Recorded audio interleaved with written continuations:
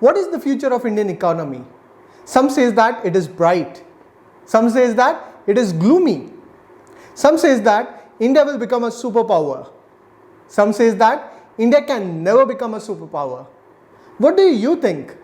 Is it bright or very bright or gloomy or unpredictable? Hello friends, my name is Sahil and this is my Personal Finance Academy where I explain everything about money management in layman's language.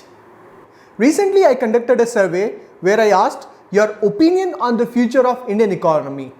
As of now, I have received 21,000 plus votes and here is the breakup. 24% people said that the future is bright. 50% said that the future is very bright. 7% said that future is gloomy. And 19% said that it is unpredictable. So clearly, majority of people think that the future of India is very bright. Now in this video, I have tried to explore the pros and cons of Indian economy, and at the end, I have mentioned my opinion on the Indian economy.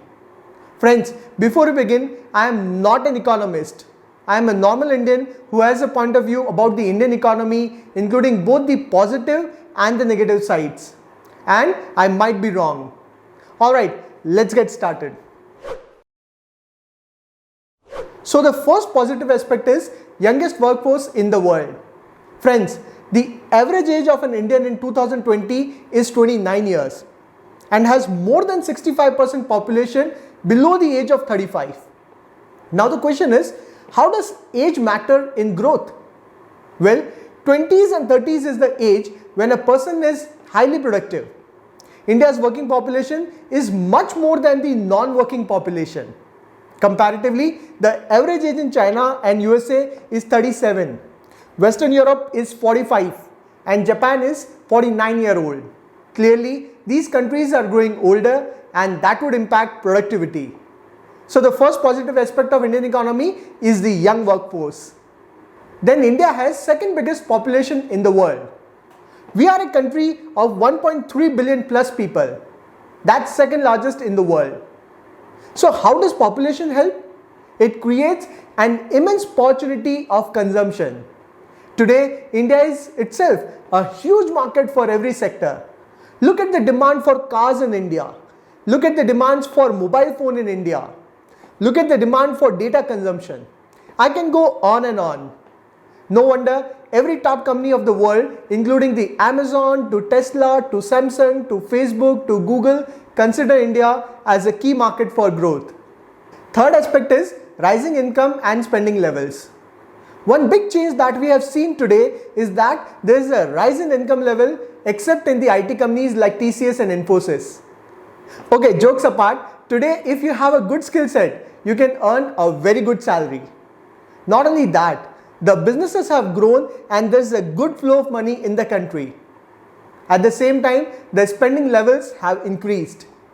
Today, people like premium products and they are willing to pay high prices for it. Earlier, people used to spend less, so there was a less flow of money. But today, there is a high demand for quality and branded products in the country, and that has fueled the growth of all the sectors in India, including FMCG, auto, banking, infra, IT, retail, healthcare, etc. Fourth aspect is government initiative. Some of you commented that the future of Indian economy is not bright until BJP is in power. Well, I am not a political person, but I will tell you my perspective. There is nothing called a perfect political party. The problem in our country is that people are biased. For example, if a person is a supporter of BJP, he or she would always praise BJP and hate other parties. Likewise, if a person hates BJP, he or she would only criticize BJP. I think this approach is wrong. Every political party has its pros and cons. We need to look at both the sides and take a balanced judgment. I also have my personal opinion where I think the current ruling party has done few good things and few bad. For example, one great thing that has happened in the country is the digital movement. Now try to understand the impact of this movement. Earlier, people used to deal with cash. But today, even your local kirana or sabzi wala is accepting digital payment. That's a huge change. Earlier, one of the biggest problems in our country was that the cash transactions were not traceable. So even if you make a transaction of 5 lakh in cash, you don't pay tax.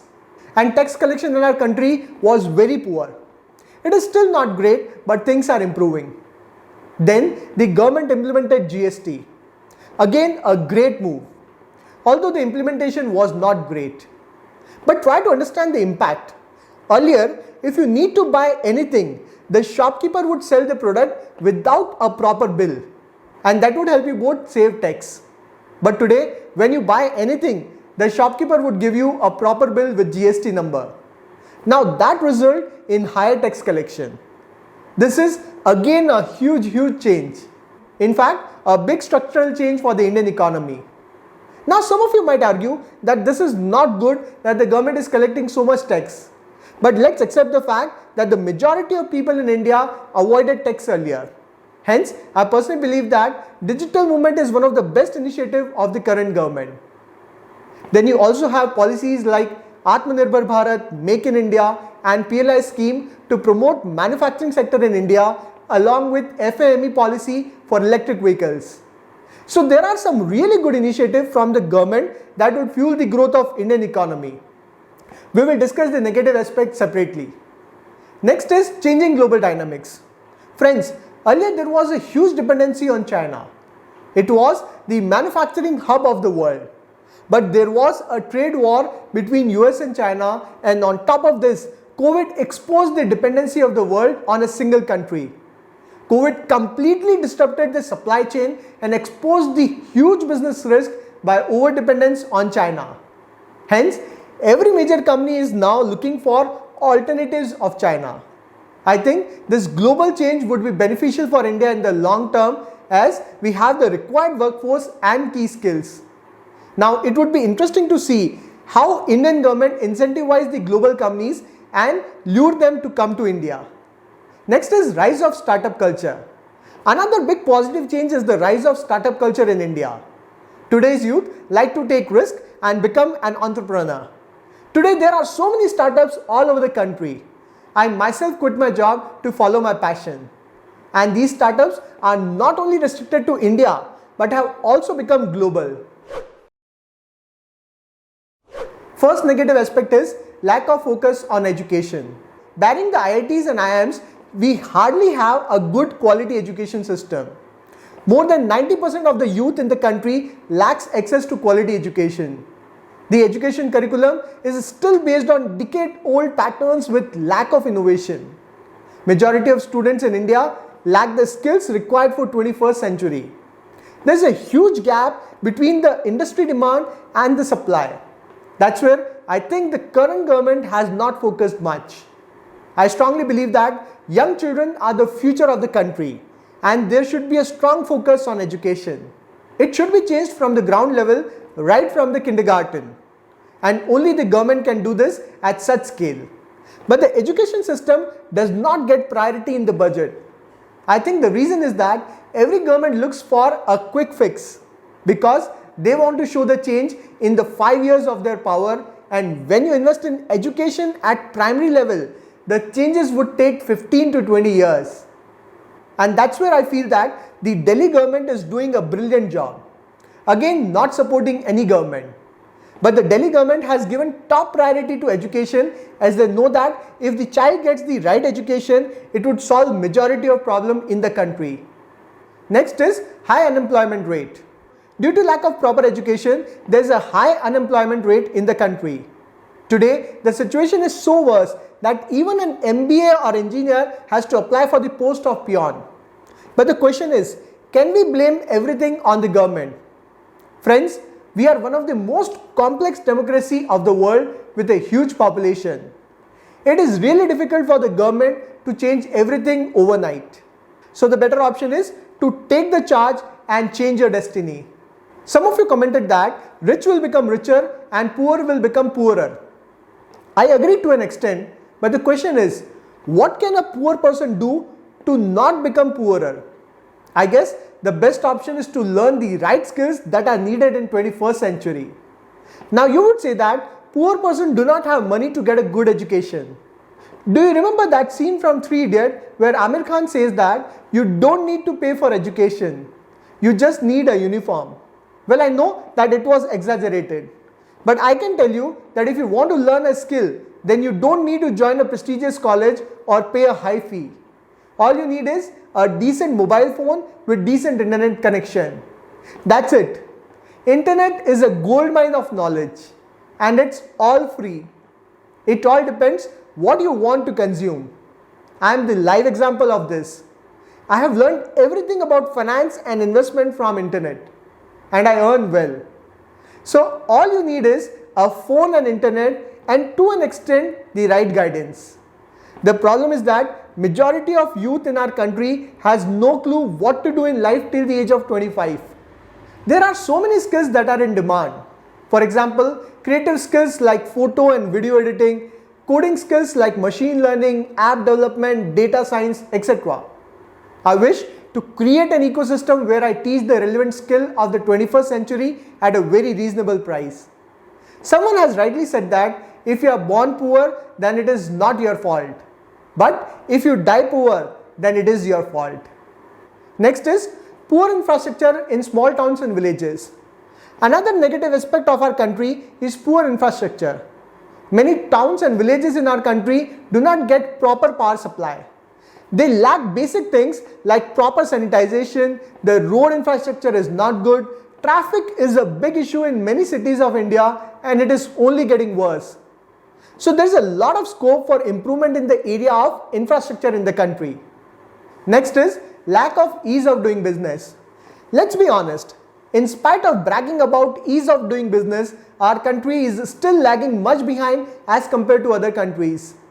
There's still a lot of bureaucracy and it takes a lot of time to set up a company and get the required approvals.